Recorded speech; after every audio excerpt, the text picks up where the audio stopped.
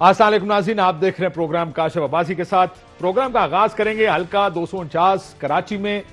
आज इलेक्शन हो रहा है। इस इलेक्शन में टर्नआउट बहुत कम। पहली चीज ये बताई गई आज जो हमारे रिपोर्टर्स मैदान में थे, कौन ये इलेक्शन जीतेगा, इस पर बात का आगाज करेंगे। आज प्राइम मिनिस्टर पाकिस्तान की कुछ साथियों से मुलाकात भी हुई।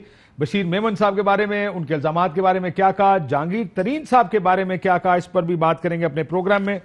लेकिन शुरू गवर्नर सिंध हमारे साथ मौजूद हैं। गवर्नर साहब अस्सलाम वालेकुम। जी वालेकुम अस्सलाम। ये आज जब सुबह उठे थे, आपका क्या ख्याल था, ये इलेक्शन आप जीतेंगे या टाइट मुकाबला होगा? जी मेरा ख्याल था कि शुरू से ही मेरा ख्याल था कि ये काफ़ी टाइट सीट होगी, क्योंकि पाकिस्तान तहरीक इंसाफ ने 2018 में जब एक बड़ी वेव थी पाकिस्तान के इंसाफ की, तो उस वक्त भी बहुत टाइट मुकाबला था इस सीट के ऊपर। और क्योंकि इसका टर्नआउट लो होने का इम्कान था, उसकी वजूहत दो तीन है। एक रमज़ान है, दूसरा वर्किंग डे है, और तीसरा कोविड जो सबसे बड़ी वजह है, उसकी वजह से टर्नआउट बहुत कम है। तो ट्रू रिप्रेजेंटेशन शायद इसकी ना हो पाए, लेकिन बहरहाल जो हतमी नतीजा आएगा उसमें पता लगेगा कि क्या हुआ। ये सीट फैसल वाडा साहब यहां से एमएनए थे, ये सीट वाडा साहब के छोड़ने पर यहां से गई, यानी नया इलेक्शन हुआ इस जगह पर। और दूसरा रोला यहां पर यह भी था कि जो जीते थे वाडा साहब, वो भी कुछ 600-700 वोटों से ज्यादा का मार्जिन नहीं था, बहुत टाइट मार्जिन के साथ इस सीट पर फैसला हुआ था, अगर आपको याद हो इमरान इस्माइल साहब। सो अगर आपका कैंडिडेट इस वक्त छठे नंबर पर है, कम से कम जो मुख्तलिफ, मेरे पास कुछ सारे नताइज मुख्तलिफ चैनल्स के मेरे सामने हैं, कोई पांचवां कह रहा है, कोई चौथा कह रहा है, कोई छठा कह रहा है, चले पांचवां कर लेते हैं, दरमियान में आ जाते हैं किसी जगह कि नून लीग लीड कर रही है, किसी चैनल पे पीएसपी दूसरे पे है, किसी पे टीएलपी दूसरे पे है, किसी पे पीपल्स पार्टी दूसरे पे। दूसरे नंबर का तो फर्क चल रहा है, कोई कहता है मुस्तफा कमाल दूसरे पर है, कोई कहता है तहरीक लब्बैक पाकिस्तान का उम्मीदवार दूसरे पर है, पीटीआई कहीं नहीं है। इमरान इस्माइल साहब, is that a vote of no confidence by Karachi in PTI?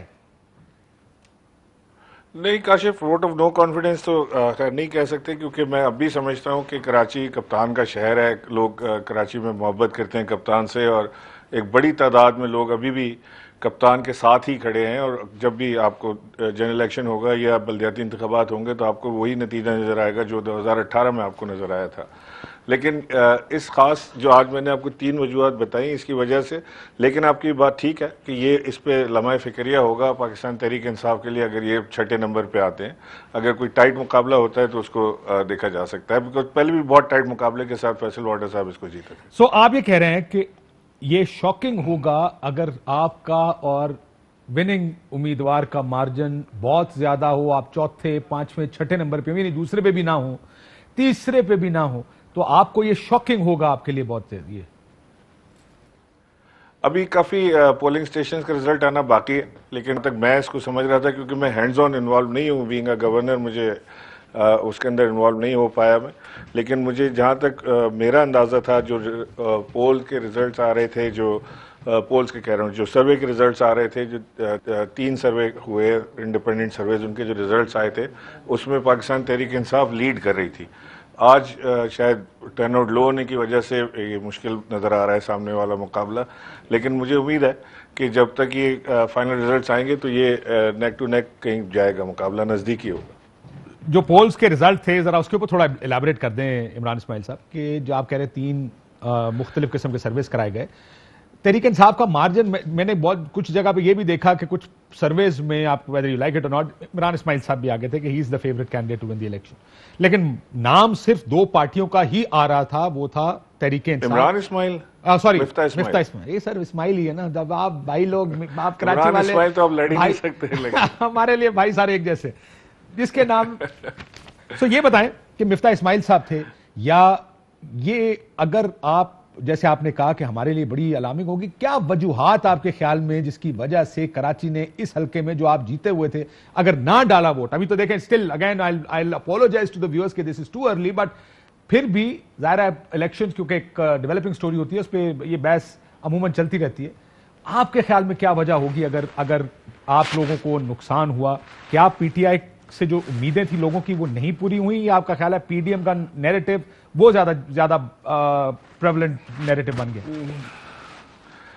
Kashif, एक तो मैं आपको ये बता दूं कि पीडीएम तो चूं चूं का मुरब्बा है, इट्स नथिंग एल्स बट बिल्कुल एक डब्बा डब खड़ब्बा बना हुआ है जिसके अंदर अलग अलग सोच रखने वाली जमातें हैं।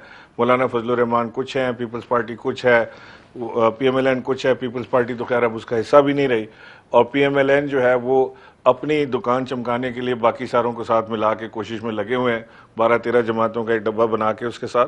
लेकिन ये मैं आपको बता दूं, आज भी single largest party Pakistan Tehreek Insaf है, और पीटीआई अभी भी पाकिस्तान की अवाम की पसंदीदा पार्टी में से है। इस एक इलेक्शन से, बाई इलेक्शन से आप रिजल्ट ये अखज़ नहीं कर सकते नतीजा कि वो लोग जो है पाकिस्तान तहरीक इंसाफ से लेकिन नाराज हो लेकिन गए, लेकिन वज़ीर एक आज़म बात से नाराज हो ये गए। है इमरान इस्माइल साहब, मैं एआरवाई का नतीजा सिर्फ फॉर एग्जांपल आपके सामने रख लेता हूं। जो मेरे सामने स्क्रीन पर एआरवाई का नतीजा एक चल रहा है, मुस्लिम लीग नून के मिफ्ता इस्माइल साहब 3600 प्लस के साथ पहले नंबर पे, पीपल्स पार्टी 1336 के साथ दूसरे नंबर, बहुत बड़ा फर्क है। तीसरे पे पीएसपी के मुस्तफा कमाल साहब 1117 वोट है, शायद 960 वोट के साथ 3644, again I correct my self, PMLN के वोट है 3644 इस वक्त जीत रहा है। 960 चौथे नंबर पे कम से कम एआरवाई की खबर के मुताबिक तहरीक इंसाफ। ये अलार्मिंग नहीं है आपके लिए, आपके ख्याल में शॉकिंग नहीं है? ये रहेगा नहीं काशिफ इतना डिफरेंस, ये मार्जिन क्लोज हो जाएगा और ये बड़ी क्लोज फाइट होगी, क्योंकि ये मैं समझता हूँ कि ये 10 से 12 हज़ार वोट के ऊपर शायद ये फैसला हो जाए। बहुत लो टर्नआउट है, बड़े ही आज मुश्किल से लोग घरों से निकले हैं, बहुत घबराए हुए थे लोग कोविड की वजह से भी। अब बाकी वजूहत जो मैंने आपको बताई, बार बार उस पर बात करना मुनासिब नहीं है, लेकिन टर्नआउट बहुत लो था। लिहाजा इसका इलेक्शन का जो भी रिजल्ट आए, चाहे पाकिस्तान तहरीक इंसाफ जीते या कोई और, लेकिन इसमें जो true representation of the people है वो आपको नतीजा आप नहीं कर पाएंगे। एक नेशनल असेंबली की इतनी बड़ी सीट का रिजल्ट अगर 10,000 वोट के ऊपर फाइनल हो जाता है तो। ये बताइएगा, ये बात आपकी ठीक है कि अगर 10,000 हो तो फिर क्या होना चाहिए आपके ख्याल में? क्या होना चाहिए? लेट्स अज्यूम 15,000 पे फाइनल होता है, 10,000, 15,000, 20,000 पे फाइनल होता है, क्या होना चाहिए यानी? और यू वांट री इलेक्शन के एक सर्टेन परसेंटेज से कम है, या आपका ख्याल है कि चले ठीक है जी, क्या करें, है जो है, अब क्या कर सकते हैं? नहीं जी, जो इलेक्शन हो गया अब उससे कितने री इलेक्शंस करवाएंगे? जो हो गया इलेक्शन से हो गया। अब मुझे उम्मीद है कि इसमें कोई धांधली नहीं हुई होगी, कहीं किसी जमात से धांधली की आवाज़ ना आए और शफाफ इंतखाबात हो गए हों, तो जो रिजल्ट आया बिल्कुल मनोन कबूल है। वैसे भी री इलेक्शन तो सिर्फ खवातीन की कम वोट पोलिंग पर होता है। ओवरऑल अगर पोलिंग कम हो तो उस पर उससे कम री इलेक्शन होता नहीं। तो मैं अपने आप को करेक्ट कर लिया। मैं खाली ये सोच रहा था, देख रहा था कि तहरीक इंसाफ सोच क्या रही है। मुझे सर, आप ये कहते हैं कि करीब जाएगा, एक तरफ आप कहते हैं वोटर टर्नआउट कम है, दूसरी तरफ आप कह रहे हैं कि इलेक्शन करीब जाएगा। जब वोटर बाहर ही नहीं निकला, ये जो इतना बड़ा गैप आहिस्ता आहिस्ता बढ़ता जा रहा है, कैसे करेंगे? मैं इसलिए बात पे उम्मीद है? एक तो मैं उम्मीद कर रहा था कि आप मुझसे मजीद सब्जेक्ट्स पे भी बात करेंगे, आप उसी पे रह गए इंतखाबात के ऊपर। ये जो मैंने आपसे कहा ना कि क्लोज हो जाएगा, इसलिए मैंने आपसे कहा कि अभी सिर्फ मेरा ख्याल है कोई 33 या 35 पोलिंग स्टेशन का नतीजा है इस वक्त हमारे सामने। ये अभी तकरीबन 70% नतीजा आना बाकी है, तो उसमें बड़ा एक तब्दीली और चेंज आती है लो टर्नआउट के ऊपर जब हम बात करने जाते हैं। बिल्कुल ठीक है सर, ये बता दें, चले आपने कहा और पूछ ले, मैं एक और पूछ लेता हूँ। आज मैं जहांगीर तरीन साहब का जिक्र किया, मैं जरा अपने मेहमानों के बाद भी जाऊंगा तरीन साहब का लेकर। लेकिन प्राइम मिनिस्टर तो बहुत क्लियर हैं कि तरीन साहब ने खराबी की है तो उसकी सजा भुगतनी पड़ेगी। There is no soft corner for anybody. ना टीम बदली है, ना डॉक्टर रिजवान कहीं गए हैं, अबू बकर खुदाबख्श साहब ऐड हुए हैं उस टीम में, शहजाद अकबर कहीं नहीं गए हैं। There is the team is unchanged, if I do it for one that means I am finished, मेरा नजरिया खत्म, वगैरह वगैरह।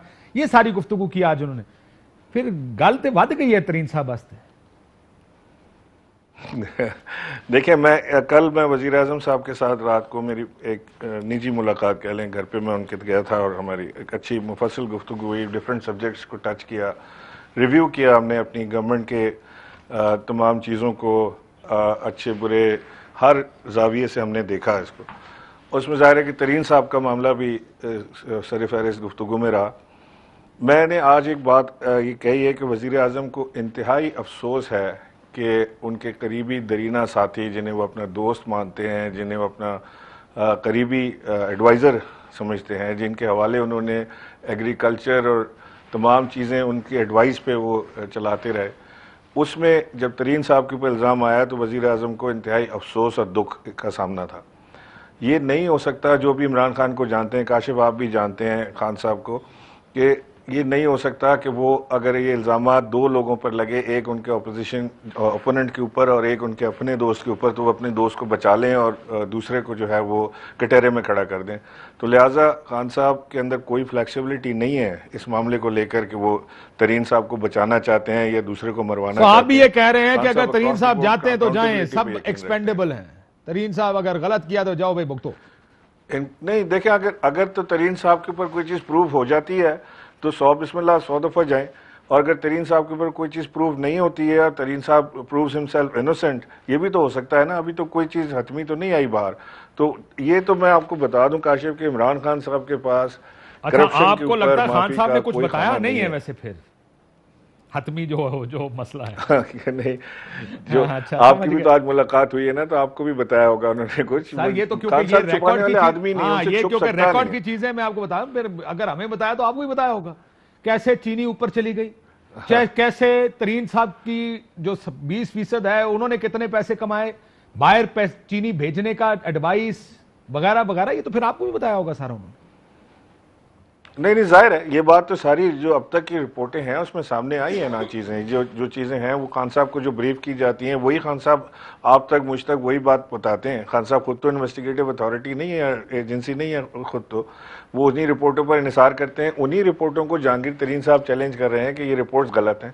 उसी रिपोर्ट की वजह से, क्योंकि उन्होंने कहा कि जी शहजाद अकबर साहब जो अकाउंटेबिलिटी को चेयर कर रहे हैं, इस वक्त हेड कर रहे हैं, उनके ऊपर उन्होंने इतराज़ किया कि जी वो पर्सनल वेंडेटा के ऊपर हैं। तो उसके ऊपर खान साहब ने अली ज़फ़र को नामज़द किया कि वो जहांगीर तरीन की भी बात सुन लें, वो इनकी भी इन्वेस्टिगेटिव रिपोर्टिंग को देख लें और एक मुफस्सल रिपोर्ट बना के वज़ीर आज़म को पेश कर दें, और वही जहांगीर तरीन साहब को दिखा दी जाएगी।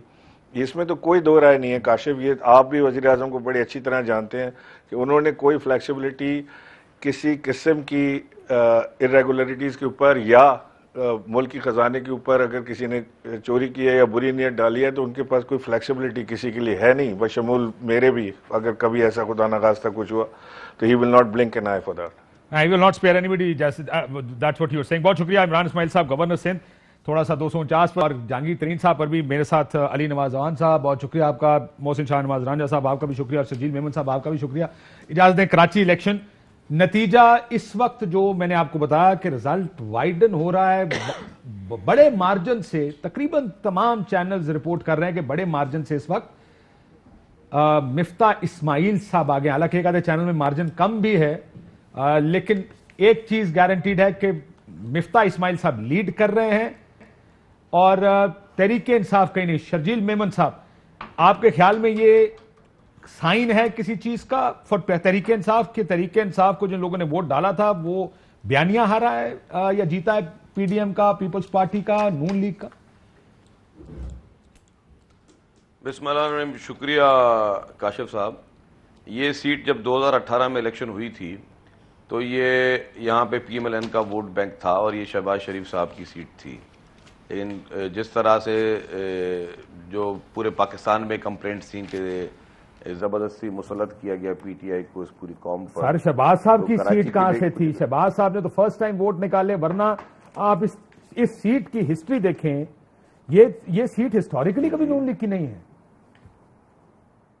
नहीं, यहाँ पे वोट बैंक उनका था सर। देखें, ये इलेक्शन आप 2018 की बात कर रहे हैं, 2013 में एमक्यूएम सलमान बलोच 39,000 वोट लेकर, 2008 में कादिर पटेल 56,000 वोट लेकर, ये तो नून लीग की तो सीट नहीं है ये जो आप कह रहे हैं कि शहबाज साहब की सीट। नहीं, मैं आपको गर्ज कर रहा हूँ, एक गर्ज करूँ। देखें, एमक्यूएम के हवाले से भी हमेशा जो कराची की आवाम को खदशात होते थे कि किस तरह डब्बे भरते थे, पोलिंग स्टेशनों पे कब्जे होते थे। खैर, इस बार ये तो किसी ने नहीं कहा कि जी कोई धांधली हुई है, किसी भी पार्टी ने अभी तक कोई ऐसी आवाज़ नहीं है कि धांधली हुई है।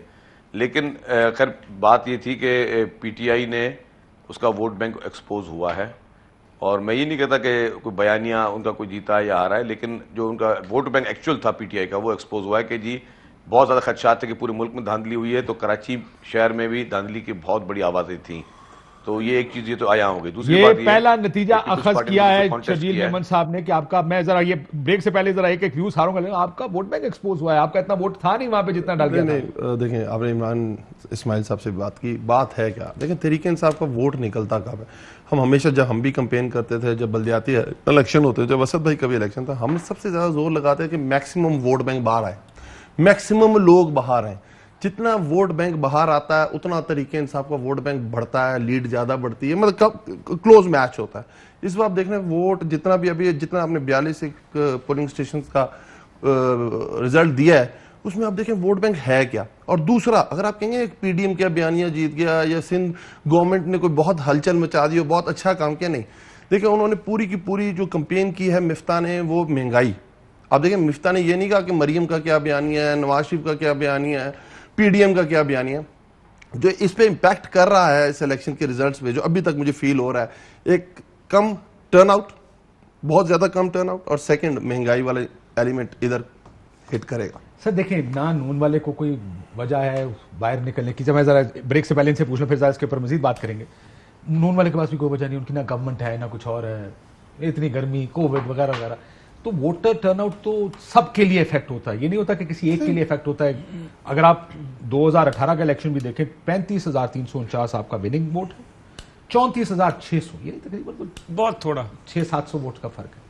लेकिन अब वोट का मार्जिन वाइडन हो गया। देखिए उसमें भी हमने जो रिकाउंटिंग की एप्लीकेशंस दी थी, और अगर हमसे वो चलो उन्हें छाड़ दो ना, हुन दे नताइज जो दे, वो भी खैर अब वो तो खैर चलो वही बात कर रहे हैं आप, जो शर्जील मेमन साहब का, वो भी जुल्म हुआ था। ये तो शर्जील मेमन साहब कह चुके हैं कि वोट बैंक एक्सपोज हुआ है, उनका तो पहला व्यू ही है। चलें, लेकिन अब देखें बात यह है कि एक तो मेरे भाई ने खुद बात मान ली कि इन्फ्लेशन, महंगाई, ये इस हुकूमत की कारकर्दगी जो है उसको एक्सपोज कर दिया। दूसरी बात यह है कि कराची के लोग भी अब कंपैरिजन करते हैं शहबाज शरीफ साहब की परफॉर्मेंस को, कि शहबाज शरीफ साहब की परफॉर्मेंस को देखते हैं किस तरीके से वो डेवलपमेंट कराते हैं, कितने अच्छे एडमिनिस्ट्रेटर हैं, और साथ साथ में जिस तरीके से मरियम ने बोल्ड होके पूरी इस कैंपेन को लीड किया, मरियम ने जलसे किए, मरियम कराची गई, कराची में जो कुछ उनके साथ हुआ, ये उसका रिएक्शन भी है कि जिस तरह से बोल्ड होके वो मैदान में खड़ी थी, पीछे नहीं हटी, घबराई नहीं, उनको थ्रेट्स मिले। देखें आप एक ऐसे सूबे में जा रहे हैं जहाँ पे आपकी गवर्नमेंट भी नहीं है, जहाँ पे सारे मामलात उलट भी हो सकते हैं, ट्रेडिशनली आपका वोटर भी नहीं है ना, ट्रेडिशनली वोटर भी नहीं है, हम तो एक एलियन लैंड में थे ना, बिल्कुल। पीएमएलएन के लिए कराची शहर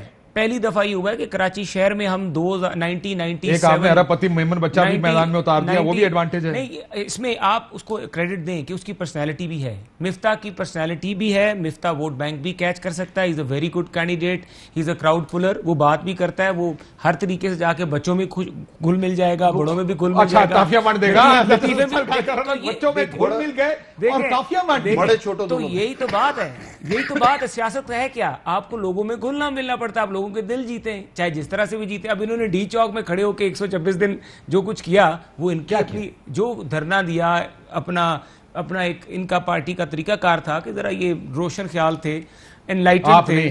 नहीं, हमारा तरीकाकार काम की परफॉर्मेंस पर ज्यादा बात करना है, हमारी परफॉर्मेंस ज्यादा होती है, हमारी एडमिनिस्ट्रेटिव एबिलिटीज होती है। नहीं, अमेरिका तो यहाँ पे है नहीं ना, हम तो काम के ऊपर बात करते हैं ना, हम दूसरा जो आप ये कह रहे हैं, बाजे वाला कहा था एक आप खवातीन है और एक हमारी वो खवातीन थी जो, ये आप भी यही कह रहे हैं कि जनाब ये बड़ी जाती गल है, जनानी जल से चली जाती है, उससे म्यूजिक बज रहा होता है। काशिफ भाई आपको पता है हम खुद मॉडरेट आदमी, मैंने ये बात नहीं की, मैंने कहा एग्जैक्टली यही, नहीं मैंने कहा कि इनके 126 मैंने ना इंच उधर किया ना इंच उधर की, नहीं आपने 126 दिन के धरनों को उस पे ले गया, मैंने 126 दिन के धरनों में सिर्फ बातें की कि मैं पाकिस्तान की तकदीर बदल दूंगा, मैंने बिल जलाए, मैंने कहा टैक्स ना दो, मैंने कहा इंकलाब ले आओ, मैंने कहा बगावत कर दो, ये चीजों से मुल्क नहीं चलते। तो आप ये कह रहे हैं कि 30 साल की हुकूमत में जो वादे किए गए थे वो पूरे नहीं हुए, और आपका चूंकि आपने स्टैंड लिया है इस वजह से आपका वोट बैंक बढ़ा और इनका और हमारी कारकर्दगी लोगों ने देखा कि जो 2000 में तो कारकर्दगी आपकी 2013 से नहीं, हमारी 2013 कराची में जितने ज़मीनी इलेक्शन हुए,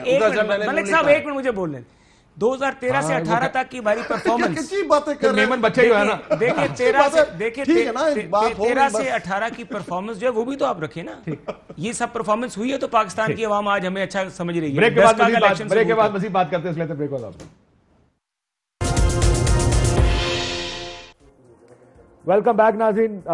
जरा कराची पे जरा आखिरी एक कमेंट ले लूं, उसके बाद फिर हम जरा चलते हैं जो दूसरे इश्यूज हैं, चाहे वो बशीर मेमन साहब का है, वो शर्जील मेमन साहब के भी बड़े फेवरेट रहे हैं, मतलब पीपल्स पार्टी वालों के हैं, और मैं उनसे भी पूछूंगा। लेकिन मेमन साहब, इससे पहले कि मैं जरा बशीर मेमन साहब पर जाऊं या किसी और इशू पर जाएं, मुझे ये बताइएगा कि पीपल्स पार्टी, यहां से आप ब्रेक में बात हुई थी, आपने कहा वो हल्का ही बदल गया है, लेकिन ये नून का वोटर किधर से निकला है कराची में? बिकॉज नून का कोई इस तरह का पॉकेट्स वोट बैंक के पंजाबी वोटर था भी, तो वो नून का वोट बैंक उस तरह का था नहीं। मैंने सुना नहीं कभी कि नून के एमएनएस कभी जीते हों कराची से, अनलेस।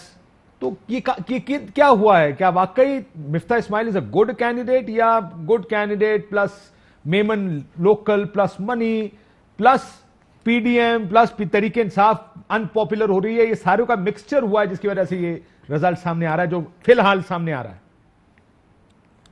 काशी साहब, मुझे प्लीज 2 मिनट दीजिएगा। देखिए, एक साइकोलॉजिकल ये चीज तो बिल्कुल थी कि जनरल इलेक्शन में शहबाज शरीफ साहब ये इलेक्शन जीते थे, ठीक है। दूसरी बात ये है कि एक बाई इलेक्शन हुए डस्का में, एक बाई इलेक्शन हुए यहां पर। आपने पूरी कैंपेन में पीएमएलएन, पीटीआई, एमक्यूएम, मुस्तफा कमाल, किसी के मुंह से ये नहीं सुना होगा कि जी गवर्नमेंट कोई इंटरफेयर कर रही है, गवर्नमेंट के मिनिस्टर्स, गवर्नमेंट के चीफ मिनिस्टर या कोई भी सरकारी मशीनरी पीपल्स पार्टी के लिए इस्तेमाल हो रही है। मैं ये समझता हूं कि पीपल्स पार्टी ने उस हिसाब से जो एग्रेसिव कैंपेन बाकी लोग कर रहे थे उतनी की भी नहीं। कल मैं एक बहुत बड़े चैनल पे एक प्रोग्राम देख रहा था, मैं आपको छोटे सी मिसाल दे रहा हूं। उसमें जब इस पे पूरा तज्जिया किया गया इस सीट पे 249 पर, तो पहले पीटीआई के कैंडिडेट का इंटरव्यू किया गया, फिर उसमें जो है पीएमएलएन के कैंडिडेट का इंटरव्यू किया गया, फिर उसमें जो है मुस्तफा कमाल साहब का इंटरव्यू किया गया। पीपल्स पार्टी को मतलब उन्होंने मतलब शायद वो भी शायद अज्यूम नहीं कर रहे थे कि पीपल्स पार्टी जो है वो माशाल्लाह बहुत अच्छा यहाँ पे जो है वो परफॉर्म भी कर रही है। और आपने देखा कि कोई एग्रेसिव कैंपेन पीपल्स पार्टी तरफ से अभी तक नहीं चली है। तो इस हिसाब से मैं समझता हूं कि ये भी क्रेडिट एक गवर्नमेंट को जाता है कि कोई भी इंटरफेरेंस नहीं है। जो डस्का में जिस तरह के तमाशे हुए, जो बदमाशियां हुई, वो भी नहीं। मैं और इसको एक आखिरी जुमला एक और इसमें ऐड करना चाहता हूं कि इस वक्त पीटीआई के लिए वाकई लम्हा फकीरा यह है कि केपीके में बाई इलेक्शन में पीटीआई लूज करती है, पंजाब में करती है, सिंध में करती है। सिंध में दूसरी तीसरी सीट इन्होंने इस बार इन्होंने लूज की है। फिर आप देखेंगे बलूचिस्तान में भी इनके इत्तेहादी वो भी हारे, वहां से फजलुर रहमान साहब की पार्टी जीती। तो इस वक्त ये चीज तो आया है कि अगर आज फ्रेश इलेक्शन हो या मिड टर्म इलेक्शन का इन इलेक्शनों की बुनियाद पर मुतालबा करे ऑपोजिशन, तो पीटीआई के लिए इस वक्त हुकूमत करना जो है वो नामुमकिन सी बात है। तो इस पे कुछ होती है इखलाकी करने से ज्यादा मेरे ख्याल इलेक्शन जीतने की बात करें आप, कि इलेक्शन जीतना नामुमकिन सी बात हो जाएगी पीटीआई के लिए। तो अगर इलेक्शन जीतेंगे नहीं तो हुकूमत भी गिर जाती है ना। मकसद ये कि अगर सर वैसे अगर माफी चाहता हूं मद्देनजर रखते हुए, मेमन साहब ये बात आपकी ठीक है कि इलेक्शन बहुत मुश्किल इलेक्शन है अगला पीटीआई के लिए, लेकिन अगर पीपल्स पार्टी के दौर में 2.5-3 साल बाद इलेक्शन होता तो हालत ताड़ी भी एनजी सी।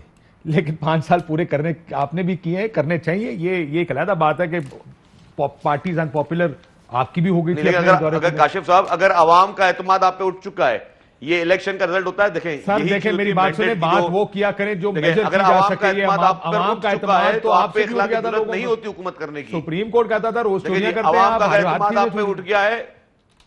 ठीक नहीं, मैं सॉरी आपसे डिसएग्री करता हूं, क्योंकि पूरी जहां पे डेमोक्रेटिक कंट्रीज है उसमें पूरी गवर्नमेंट का तज्जिया ही इन चीजों पर किया जाता है कि आप अपनी केपीके की जीती हुई सीट भी आप हार जाते हैं। आप पंजाब से आप हारते हैं, सिंध से हारते हैं, बलूचिस्तान से हारते हैं। आपको अगर आवाम में पजीराई नहीं रही तो इखलाक की जरूरत भी होती है कि यार मैं इस्तीफा दे दूं, क्योंकि आवाम अब मेरे बिल्कुल नहीं खड़ी है, आवाम मेरे साथ नहीं खड़ी है। हुकूमत थोड़ा सा जवाब देना चाहती है। मैं ये चलो शुगर शर्जील भाई ने ये मान लिया कि उनकी पार्टी सिर्फ इंटीरियर सिंध की पार्टी है और पीटीआई नेशनल पार्टी है। कि मतलब वो कह रहे थे बलूचिस्तान में भी अगर खड़े होते हैं तो तहरीक इंसाफ खड़ी होती है, केपी में भी तहरीक इंसाफ, पंजाब में भी तहरीक इंसाफ, इवन कराची मतलब उनका अर्बन सेंटर जाओ उसमें भी तहरीक इंसाफ। ये बात तो अच्छी की शर्जील ने मतलब। अब जरा आगे की तरफ चलते हैं। देखें ना, आप फिर कह रहे हैं कि नून लीग का वोट बैंक बढ़ गया। भाई या पीडीएम का कोई बयानिया, उन पीडीएम को खुद अपने बयानिया का नहीं पता तो उसका बयानिया लोगों को कहां तक पहुंचेगा। असल ये चीज है, ये अब जरा बयानिया से मुराद है कि they are criticising you and people are agreeing with it. अब देख हमारा, मैं आपको बड़ा देखें, मैं ग्राउंड से इधर तक पहुंचा हूं काशिफ भाई। हमारा वोट बैंक, हम हमेशा ये कहते हैं कि वो बाहर निकले। अब सर्कमस्टांसेस क्या है? आज कोई पब्लिक हॉलिडे नहीं है कराची के अंदर। आज कोविड की रिस्ट्रिक्शंस आपके सामने, कोविड के सामने के लिए भी है। अरे सिंपल से मैं नहीं बता रहा, मैं मिफ्ता को छोड़ दें पीछे, सबको जो मैं अपने नून का वोट बैंक नहीं। कराची में इससे पहले भी जिमनी इलेक्शन हुआ है मलीर के अंदर। कहाँ है? अगर यहां पड़ रहा है नून लीग को वोट, तो मलीर में वोट बैंक क्यों कहां गया नून लीग का? ये अगर स्पेसिफिक इस सीट को देखा जाए तो हाँ, हम ये कह रहे हैं, देखें ये बेसिकली बाकी पार्टियां ऊपर नहीं जा रही, तहरीक इंसाफ का वोटर नहीं निकला। और सेकेंडली जो मेजर चीज है, महंगाई का एक एलिमेंट है जो इसके साथ आप इसको बिल्कुल हर इलेक्शन में नहीं रहेगा वो एलिमेंट। Yes, वही बयानिया, yes. बुनियादी बयानिया जो पीडीएम का है वो और किसी चीज का नहीं, महंगाई का बयानिया है जो कि चलिए शुक्र आपने मान लिया कि पीडीएम का कोई मेजर बयानी और कोई नहीं है क्या? बस थैंक यू। मैं तो अगर कोई है तो मुझे बता दे, मैं आपको बताता हूं। धांधली और महंगाई। चलिए दूसरे एक और चीज ऐड अच्छा, करें, फिर क्विक जवाब दे। मैं बशीर मेमन साहब पे जाना चाहता हूं। देखिए जी, बात यह है कि यहाँ पे जो मेन चीज है, वहाँ पे कराची जो है ना, ये पाकिस्तान की पल्स है, अगर आप इसको इस तरीके से देखें। और ये पाकिस्तान की पल्स जो है उसने फैसला अपना दे दिया मुस्लिम लीग नून के हक में। अब पिछले अगर किसी 40 को- साल पाकिस्तान की पल्स जो तुसी हारदे आए हो और रोला नहीं, नहीं। पहला इलेक्शन जितन लगे हैं तो पाकिस्तान की पल्स हो गई। चलो लेकिन ये मैं फिर भी agree करना साहब चाहता हूं। को रोजा ज्यादा ये 2 अक्सरियत लग रही है मुझे मुस्लिम लीग नून की अगले इलेक्शन में। ये बहुत मुमकिन है। मैं आपको बता I रहा won't हूँ, be surprised। देखिए, मैं अगर ये मेरी- ऐसे ही कर आप दे रहे मेरी तो बात मुमकिन लिख ही है। लें, मेरी बात लिख लें, नेक्स्ट इलेक्शन में 2/3 मेजोरिटी से मुस्लिम लीग अच्छा जी, नून उड़ जाए इंशाल्लाह आएगी। रांझा साहब, आज का रोजा बड़ा मुश्किल था मुझे पता है। नहीं, लेकिन मेरे आपको वास्ते तो जो prediction दे दी है। सबसे अच्छी इन्होंने बात की कि ये पल्स है कराची में। कराची पल्स है। तुसी ਤੁਹਾਨੂੰ ਤੇ हर इलेक्शन हार्ट अटैक होता रहा है भाई साहब। देखें 2-2.5 साल में इतनी डेवलपमेंट के बावजूद भी उस हल्के से ये हार रहे हैं। क्यों? क्योंकि ये लार्ज डेवलपमेंट भी की है। सर, इन्होंने डेवलपमेंट की है। अच्छा, ये भी आप मान रहे हैं? तो आप की किसी है। कहते उन्होंने काम ही कोई नहीं किया। सर इन्होंने नहीं, हम तो कह रहे हैं, मेरी बात है कराची, जो हकीकत है इन्होंने डेवलपमेंट कराई है, लेकिन उस डेवलपमेंट के बावजूद ये क्यों हार रहे हैं? बिकॉज महंगाई, आम आदमी को ये 2 वक्त की रोटी देने में नाकाम हो चुके हैं। और ये खुद कह रहे थे थैंक यू रांझा साहब ने बात ठीक है कि इनका वोट बैंक नहीं बढ़ा। वो कह रहे हैं वोट कानूनी पै रहा है, वोट साढ़े खिलाफ पै रहा है। ये उधर अच्छा चलो, मेरी सिंपल सी बात ठीक ये होगी ना। नहीं, ਇਹ ਤੇ ਮੰਨ ਗਿਆ ਕਿ ਇਹ ਦੇ ਨਲਾਇਕ ਨੇ, ਸਾਡਾ ਕੋਈ ਕਮਾਲ ਨਹੀਂ। ਉਹ ਕਹਿੰਦਾ ਕਿ ਕੁਝ ਸ਼ਹਿਰ ਦੇ ਸਰ, तो ਇਹਨਾਂ ਦਾ ਮਤਲਬ ਹੈ ਕੁਝ ਸ਼ਹਿਰ ਦੇ ਲੋਕ ਵੀ ਜ਼ਾਲਮ ਸਨ, ਕੁਝ ਸਾਨੂੰ ਮਰਨ ਦਾ ਸ਼ੌਕ ਸੀ। ਤੁਸੀਂ ਜ਼ਾਲਮ ਹੈ, ਤੁਹਾਡਾ ਕੋਈ ਕੰਮ ਨਹੀਂ, ਲੇਕਿਨ पर काम ते जाल लगी अपना ही अपनी है। इंशाल्लाह 2-2.5 से आएंगे। Quickly sir, quickly on Bashir Memon साहब, इमरान खान साहब ने डिनाई कर। देखिए, एक साबिक डीजीएफआई निकल के ये इल्जाम लगाता है, वुज़रा और पीएम कैटेगोरिकली डिनाई करते हैं। इमरान खान साहब के अल्फाज बता दूं, उन्होंने कहा कि अगर मैंने ये करना होता तो मैंने इसको कहना था, उनके इस तरह जैसे कर, मैंने इसको कहना था, ये क्या कर सकता है, इस तरह के जवाब दिया आज प्राइम मिनिस्टर साहब ने। उन्होंने कहा मुझे सिर्फ पीपल्स पार्टी की केसेस की तफसील देने ही आते थे पीएम हाउस में, उसके अलावा ना ख्वाजा आसिफ का उन्होंने माना कि ख्वाजा आसिफ का मैंने जरूर कहा कि आर्टिकल 6 इसलिए होना चाहिए कि डिफेंस और फॉरेन मिनिस्टर, उसको क्यों बगैर काम किए तनख्वाह मिल रही थी दुबई से, ये उन्होंने कहा कि मैंने जरूर कहा। इसके अलावा तो किसी पॉलिटिशियन का भी उन्होंने डिनाई कर दिया, मैंने नहीं कहा। अब ये इसको इधर ही छोड़ देंगे सारे। यार देखिए मुझे एक बात बताएं, ये चीज मेरे ख्याल है साल पहले इसी चीज पे प्रोग्राम किया था, उसमें जस्टिस काजी फायज ईसा का निकाम निकाल दें, सारी की सारी ये चीजें थी, सारी की सारी। इसमें हुआ क्या है, ये देखें प्रॉपर एक कैंपेन लॉन्च की गई है। कैंपेन लॉन्च ये की गई है कि स्पेशली काजी फायज ईसा की एक जजमेंट आई है, उस जजमेंट के एक दिन बाद ये वाली चीज बशीर मेमन से दोबारा खिलवा दी गई है नाम लेके। अब मुझे एक बात बताएं, आप भी जानते हैं डीजीएफआई को कहेंगे प्राइम मिनिस्टर इमरान खान कि तुम एक सुप्रीम कोर्ट के जज के खिलाफ तुम पर्चा दे दो या कोई इसके खिलाफ इंक्वायरी शुरू कर दो। फॉर गॉड सेक, दुनिया में सबको, पाकिस्तान में सबको पता है कि एक सुप्रीम जुडिशल काउंसिल होती है जिसके अंदर एक तरीकाकार है रेफरेंस दायर करने का, और उसके ऊपर सुप्रीम जुडिशल काउंसिल है जिसने ये फाइनल करना है। उसके बाद उनके दिमाग में जो जो नाम आता जा रहा था, इसके बारे में भी कहा था, इसके बारे में भी कहा था।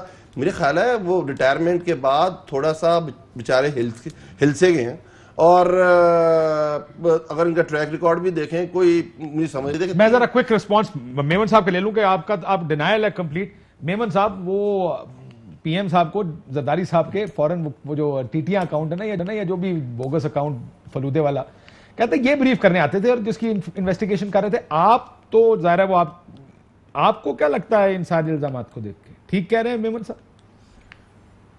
काशिफ साहब, मैं आपको एक बात क्लियर कर दूं। देखिए, एक बात तो इमरान खान साहब ने एडमिट कर लिया, मैं इसको उनकी बात को अगर पकड़ लूँ 1 मिनट के लिए, कि जो बकौल आपके उन्होंने कहा कि जो मुझे पीपल्स पार्टी के केसेस की ब्रीफिंग देने आते थे।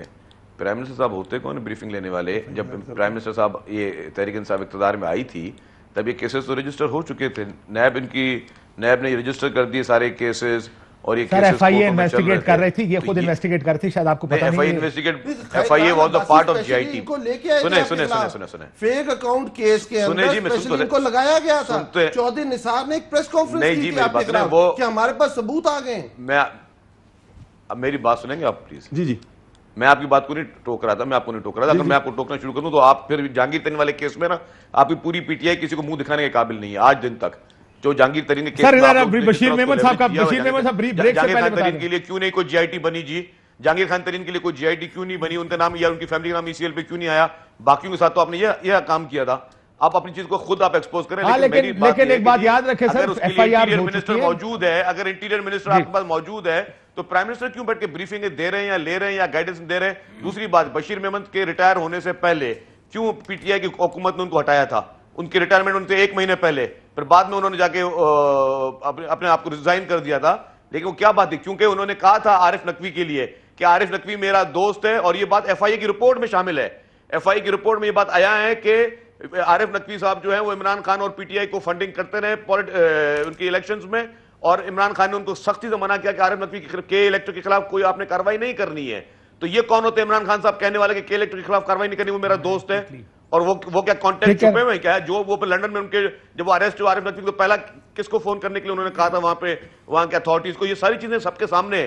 तो जो ये सिलेक्टेड एहतसाब हो रहा है, जिक्र आज भी कह रहा हूं, जहांगीर तरीन के साथ वीवीआईपी ट्रीटमेंट हो रही है। ये इस पाकिस्तान में 2-3 कानून है, हर शख्स के लिए अलग कानून को टैकल किया जाता है।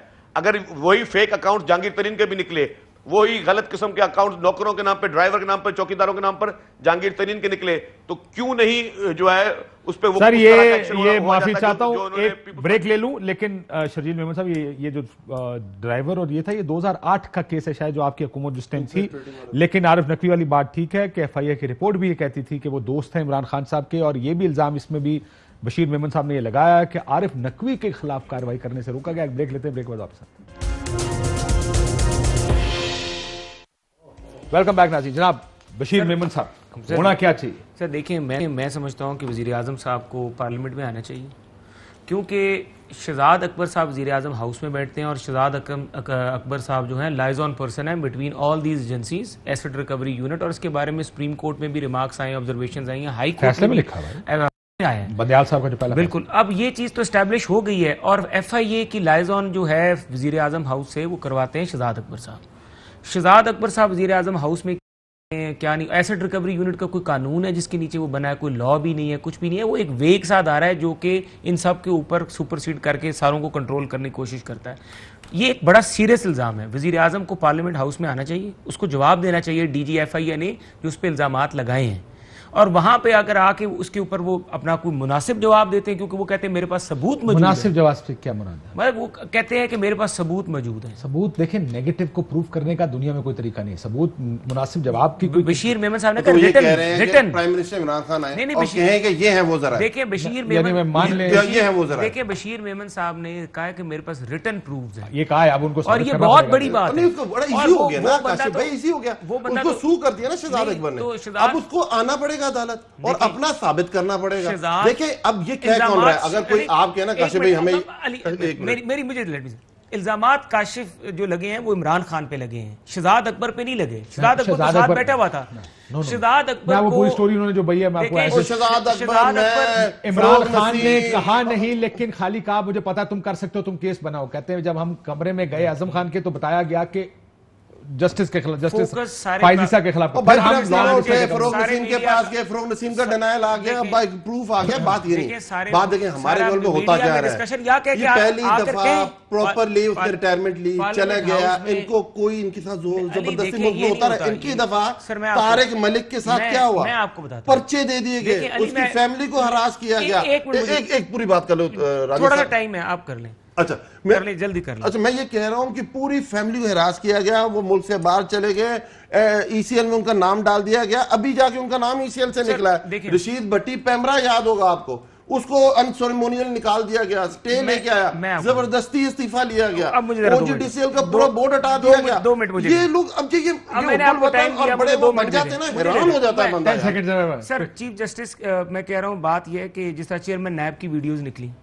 उसकी आज तक इंक्वायरी नहीं हो सकी, और वो वीडियोस का भी जो था ना ट्रेल प्राइम मिनिस्टर हाउस जा रहा था। अब उसके बाद दोबारा से ये एक बहुत संगीन मामला आया। चेयरमैन नैब नहीं बोल रहे, लेकिन मैं आपको बता रहा हूं कि आने वाले वक्त में एंटी करप्शन पंजाब, जब ये हुकूमत जाएगी, आपके आगे एंटी करप्शन पंजाब के लोग आएंगे। मैं खुद जानता हूं, मैं नाम नहीं लूंगा, नौकरियों में एफिडेविट दिए हुए हैं एफबीआर के लोग आएंगे, आपके आगे नैब के लोग आएंगे कि हमने नवाज शरीफ को पैसे दिए हैं और ये लोग इलेक्शन जीतने के लिए। सर नहीं, इस मुल्क में अंदर ये वो इजाजत दीजिए। अल्लाह हाफिज।